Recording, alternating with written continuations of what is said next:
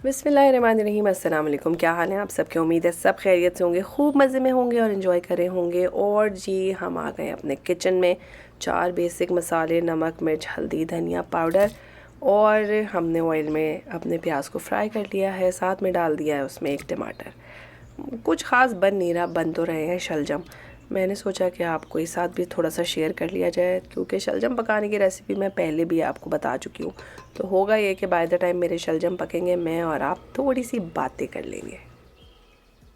और सुनाएं, आप लोगों की तरफ मौसम का क्या हाल है? मैंने सुना है लाहौर में बारिशें हुई हैं तो मौसम खुशगवार है। अलबत्ता कराची वालों के लिए गर्मी जो है वो बेशुमार है। अल्लाह ताला आप सबको आसानी दे। मुझे पता है गर्मियों में जो है वो किचन में जाना और काम करना बहुत मुश्किल होता है। मैंने 4 महीने लाहौर में गुजारे थे अपनी लाइफ में पहली दफ़ा, और वो पूरा का पूरा जो है वो गर्मियों का टाइम था। 14 तबक मेरे रोशन हो गए थे। भाई किचन में काम करना बिल्कुल आसान नहीं है। तो जो लोग पाकिस्तान में रहते हैं और गर्मियों में खाने पकाते हैं अपने घर वालों के लिए, आप लोग सब के सब उनकी बहुत कदर किया करें। बहुत मुश्किल काम है। तो जी हमने मसालों के साथ जो है वो टमाटर भी डाल दिया था, शलजम भी डाल दिए हैं, थोड़ा सा पानी डाला है और प्रेशर कुक कर रही हूँ। नॉर्मली मैं सब्ज़ियाँ प्रेशर कुक नहीं करती, मगर कुछ सब्ज़ियों के लिए ज़रूरी होता है कि आप उन्हें प्रेशर कुक कर लें। ज़िंदगी बहुत आसान हो जाती है, ज़रा जल्दी पक जाते हैं। और साथ ही मैं अपना राइस कुकर निकाल के बैठी हूँ, इसमें मैंने डाल दिए चावल।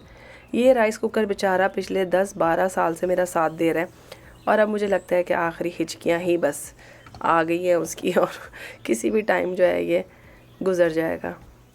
ऐसा होता है ना कि पुराने ज़माने के बर्तन या मशीनें बेचारी आखिरी दमों तक आपका साथ देने की कोशिश करती हैं, तो बस ये उन्हीं में से एक है। यहाँ पे मैं बनाने लगी हूँ कबाब, और ये जो साइड वाले स्लाइसेस हैं इन्हें मैंने पानी में भिगो के निचोड़ लिया था। इनको मैंने डाल दिया है धनिया, पुदीना, हरी मिर्चें और प्याज इनके साथ, और थोड़ा सा अदरक लहसुन का पेस्ट। अब साथ में मैं कीमा डालूँगी और इसको अच्छी तरह से जो है वो चॉप राइस करती रहूँगी, तो हमारा बहुत ज़बरदस्त किस्म का जो है वो कीमा पिस जाएगा। हम बनाने लगे हैं कबाब। ये वही कबाब हैं जो मैंने ईद पे भी बनाए थे, और 1 किलो कीमे में ये बहुत सारे बन जाते हैं। इसके अंदर आपने जो है वो नमक, मिर्च, धनिया पाउडर, कुटी हुई मिर्चें अपने हिसाब से आप सारा मसाला डालें, और 1 टेबलस्पून भर के तिक्का मसाला या फिर बिहारी कबाब मसाला ये ज़रूर डालें। उससे इसमें गलावट भी आ जाएगी और बड़े सॉफ्ट और जूसी बनेंगे। ठीक है। और यहाँ पे हमारे शलजम जो हैं वो तैयार हो गए हैं। इनको मैंने बड़े बर्तन में निकाल लिया क्योंकि भूनना आसान हो जाता है। शलजम के अंदर मैं लाजमी तौर पे 2 टेबलस्पून चीनी ज़रूर डालती हूँ, और शलजमों को मैं अच्छा मिर्चों वाला बनाती हूँ। पंजाब के असरात है ना, चावलों के ऊपर जो है वो शलजम डाल के हम खाते होते हैं, लेकिन हमारे जो अपना घर है, जो इस वक्त मेरा घर है, उसमें चावल और शलजम किसी को खिलाना नामुमकिन है। उनको दाल भी चाहिए। तो बस जी हमारे बेटे साहब अपना नाश्ता बनाने आए थे, और एक सड़ा मारा उन्होंने अंडा बनाया जो उनका दिल नहीं चाह रहा था खाने को, तो वो मेरे लिए छोड़ के चले गए कि अम्मा आप खा लें। हम खुश हो गए, भाई कोई चीज़ हमें बना के दे तो हम तो इनकार करते नहीं हैं। बहुत ही इज़्ज़त अफजाई के साथ जो है वो तोहफे को एक्सेप्ट करते। कीमा भी पिस गया है, और यहाँ पे शलजम जो है वो हमारे तैयार हैं। उसके ऊपर मैंने डाली है काली मिर्च और हरी मिर्चें। इसको मैं ढक के रख दूँगी। अब ये आपकी चॉइस होती है सब्ज़ी आपने कितनी गीली या सूखी रखनी है, बहुत भून लें या गीला रखें, आपकी मर्ज़ी। तो जी हमने बैठ के ये मनो सलवा खाया। किसी और ने हमारे लिए अंडा बनाया, ये मनो सलवा ही है ना। हमने बैठ के ये खाया, और यहाँ पे जो है वो शलजम अच्छे खासे भुन गए। उनका ऑयल आप देख सकते हैं ऊपर आने लगा है। इस स्टेज पे मैंने उसमें मज़ीद हरी मिर्चें और धनिया डाल दिया है। थोड़ा सा गरम मसाला ऊपर से डाल दें तो ज़बरदस्त किस्म के शलजम तैयार हैं।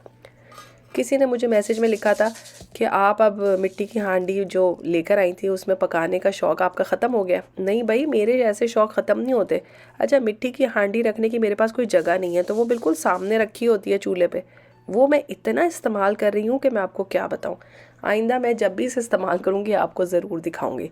तो बस जी मैंने मिट्टी की हांडी में जो है वो अदरक लहसुन का पेस्ट डाल दिया तेल के अंदर। थोड़ा सा ये पकेगा, और 15-20 मिनट पहले मैंने मिक्स दालें जो हैं वो भिगो के रख दी थी, जो मैंने अभी आपको दिखाई हैं। हम इसमें पकाएंगे दाल, क्योंकि सबसे ज़्यादा तारीफ़ जो होती है ना वो दाल की ही होती है कि मिट्टी की हांडी में दाल बहुत उम्दा पकती है।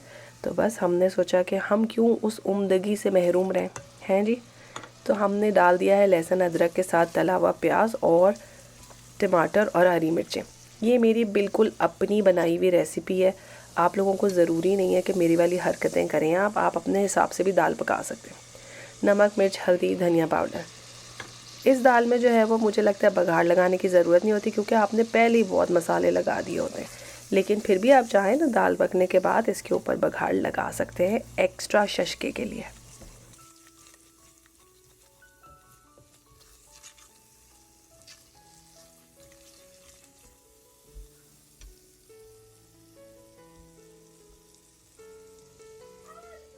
मिक्स दालों में मैं मोस्टली तेज़पात डालती हूँ। अगर आप चाहें तो उसको रिप्लेस करके उसका सब्स्टिट्यूट कड़ी पत्ता डाल सकते हैं।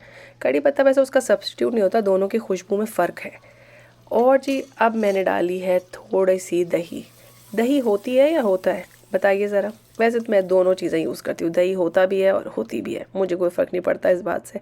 तो खैर बहरहाल, तो दही डाल के इसको मैं थोड़ा सा भून लूँगी। अब आप देखें इस मसाले को, ये कितना मज़ेदार और यमी मसाला है ना। थोड़ी देर मैंने इसको ढक के रखा, उसका ऑयल ऊपर आ गया और ज़बरदस्त किस्म का मसाला भुन गया। मसाला भुन गया है तो अब इसके अंदर हम अपनी भिगोई हुई दालें डाल देंगे और थोड़ा सा पानी डालेंगे और ढक के इसको भूल जाएंगे। हम मीडियम फ्लेम पे रखें, ऐसा भी ना करें कि भूल जाएं, मजाक कर रही हूँ मैं। थोड़ी थोड़ी देर बाद आके ज़रा चम्मच हिलाते रहिएगा। तो बस थोड़ी देर में आपकी तमाम दालें जो हैं वो बहुत अच्छी, खूबसूरत, हसीन गल जाएंगी। जब गल जाएंगी तो बस फिर आपने क्या करना है, बघार लें अगर दिल करता है और पका के खा लें, यही है ना। तो बस जी, हमने दाल को पकने के लिए रख दिया है और फारिग हैं हम अपने कामों से। अब ऐसा हो सकता है कि हम फारिग हो जाएं। अब जो कीमा बना के रखा था तो उसके कबाब भी तो आखिर बनाने ही है ना। तो बस अब हम वो काम करेंगे। अच्छा जी, कबाब हमेशा मैं जो वायर रैक पे रखती हूँ ताकि एक्स्ट्रा फ़ैट जो है वो नीचे गिर जाए। जब हम कीमा पीस रहे थे तो हमने 2 से 3 टेबलस्पून इसमें मक्खन भी डाला था। तो अब कीमे की चिकनाई और मक्खन में ही ये पक रहे हैं। मैंने साइड में आपने देखा तेल रखा हुआ था, उस तेल की बिल्कुल ज़रूरत नहीं पड़ी। बिल्कुल इनिशियल स्टेज पे जब आपने फ्राइंग पैन को थोड़ा सा ग्रीस किया है उस टाइम पे आपको तेल लगाना है, उसके बाद आपको बिल्कुल नहीं लगाना पड़ेगा। इस कीमे में से खुद ही फ़ैट छूटेगा, ये कबाब बहुत जूसी और मॉइस्ट बनेंगे। मुझे ये अच्छे ही इसी वजह से लगते हैं क्योंकि 1 किलो में बहुत ज़्यादा बन जाते हैं और बच्चों को पसंद भी आते हैं। अगर आप इसके अंदर कोयले का धुआं दे दें तो बिल्कुल बारबेक्यू फ्लेवर आता है। और जी यहाँ पे मैं दिखाती हूँ आपको अपना नया तजुर्बा, वो आपको देख के बड़ा मज़ा आएगा। मेरे पास फ्रोज़न नान पड़े थे, मैंने वो निकाले और उनके ऊपर थोड़ा सा कीमा जो कबाबों का मैंने बचाया था उसके ऊपर अच्छी तरह से फ्लैटन कर दिया। थोड़ा सा हाथ गीला कर लीजिए तो ये काम करना बहुत आसान हो जाएगा। अच्छा, मेरे माइंड में ये था कि इसको जब मैं फ्राइंग पैन के ऊपर रखूँगी ना तो ये बहुत अच्छा कीमे वाले नान की तरह की एक फॉर्म ले लेगा, या फिर वो टर्किश ब्रेड होती है ना, उसको क्या कहते हैं, पीडे, ये उस जैसी फॉर्म ले लेगा कि इसके ऊपर कीमा पक जाएगा और नीचे से नान जो है वो डीफ्रॉस्ट हो जाएगा और बड़ा मज़ा आएगा। लेकिन तजुर्बा ज़रा ज़्यादा कामयाब हुआ नहीं।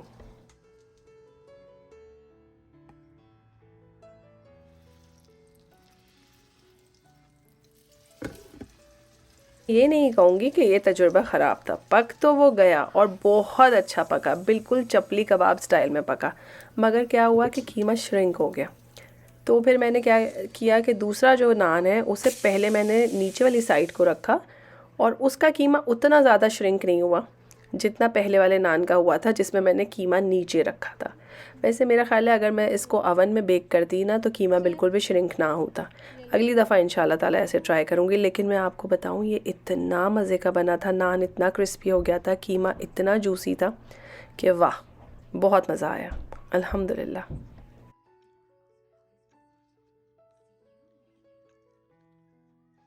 और जी, मुलाहिज़ा किया आपने कैसे 9 मिनट के अंदर मैंने आपको शलजम, दाल, चावल और कबाब और कीमे वाले नान ये सब कुछ बना के दिखा दिए, खा भी लिया, अंडा भी खा लिया, सब कुछ कर लिया मैंने, है ना। कितना मज़ा आए ना कि 9 मिनट में दुनिया के सारे काम हो जाया करें। मगर अफसोस होते नहीं है 9 मिनट में काम।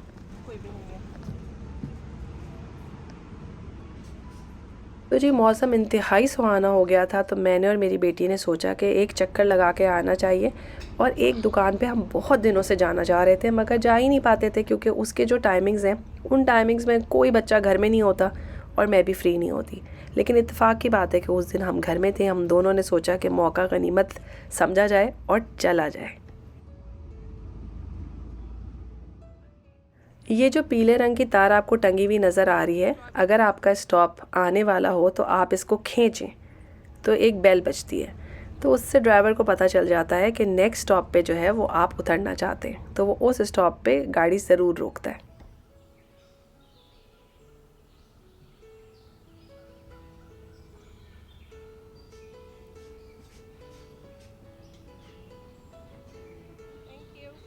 तो जी हमें 2 बसें बदलनी थी, तो हम उतरे और उतर के ये देखिए कितना अच्छा सा जो है वो स्टॉप बना हुआ है। इसमें आप मौसम के असरात से महफूज रह सकते हैं। तो अंदर जाके जो है वो हम खड़ी हो गई दोनों की दोनों, और हमारी 5 मिनट बाद जो है वो दूसरी बस ने आना था।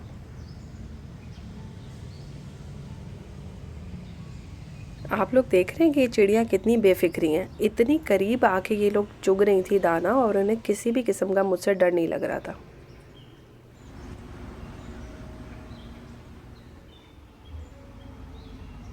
पूरा रास्ता इतनी मज़ेदार किस्म की बारिश होती रही, और शीशे जो हैं वो धुंधले हुए हुए थे, कोई चीज़ नज़र आ रही थी, कुछ नहीं नज़र आ रही थी।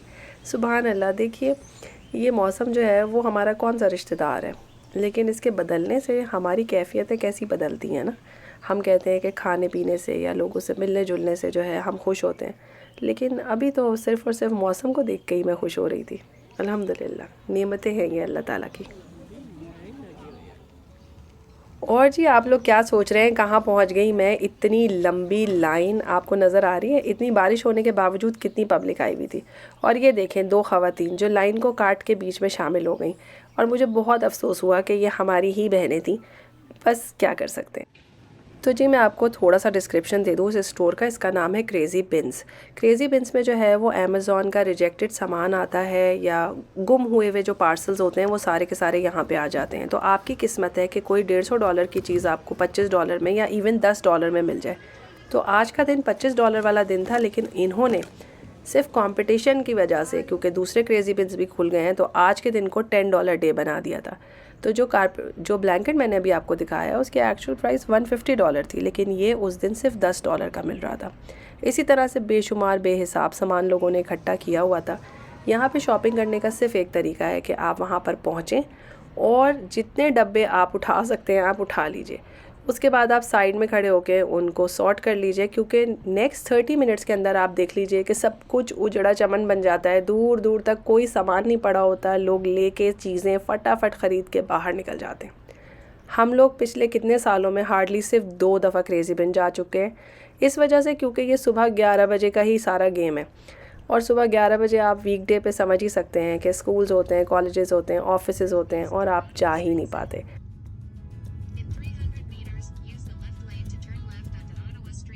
तो जी वापसी का सफ़र किया, और अल्हम्दुलिल्लाह जितनी शॉपिंग की वो सब की सब अच्छी डिसेंट चीज़ें निकली।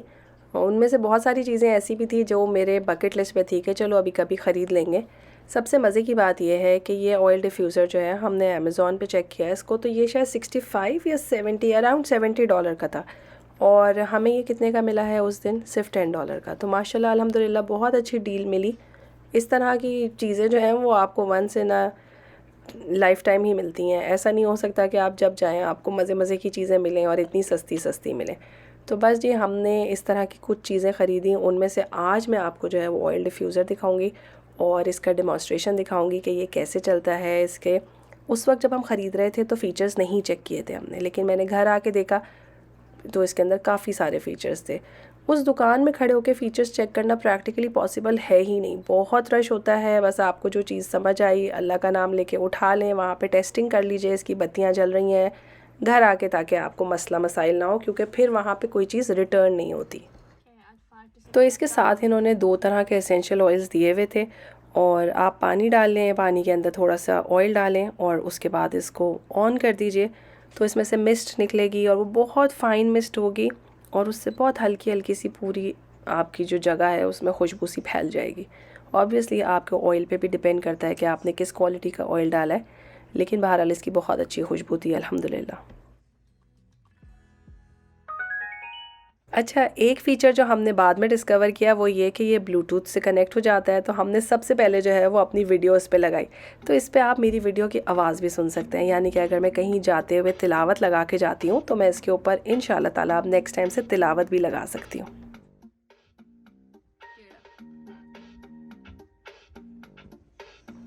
और जी अगर आप में से कोई अभी तक ऐसा है जिसने मेरा ये वाला व्लॉग नहीं देखा, ये मेरा लास्ट ईद का व्लॉग है जिसमें मैंने टेबल को जो है वो शीशे के साथ डेकोरेट किया था, तो ज़रूर जाएं और चेक करें, आपको बहुत मज़ा आएगा। और हाँ, इस पे आप एक रिलैक्सिंग सा म्यूज़िक भी चला सकते हैं।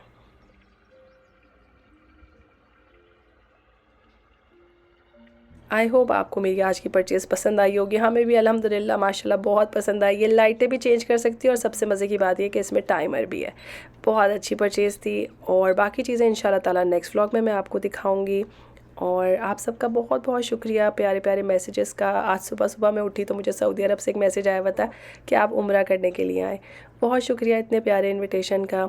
मेरी दुआ है कि हमें ये वाला इनविटेशन अल्लाह ताला भेजें और हम सब के सब उस जगह जा सकें और अपनी इबादतें कर सकें और हमारी सारी इबादतें कबूल और मकबूल हों इंशाअल्लाह ताला। अल्लाह ताला हम सबको आसानियाँ दें। फिर मिलेंगे एक नए मज़ेदार से व्लॉग में। अपने प्यारे प्यारे कमेंट्स को आने दीजिए और प्लीज़ इंस्टाग्राम पे मुझे फॉलो ज़रूर करें। फिर मिलेंगे एक नई वीडियो में। अल्लाह हाफ़िज़।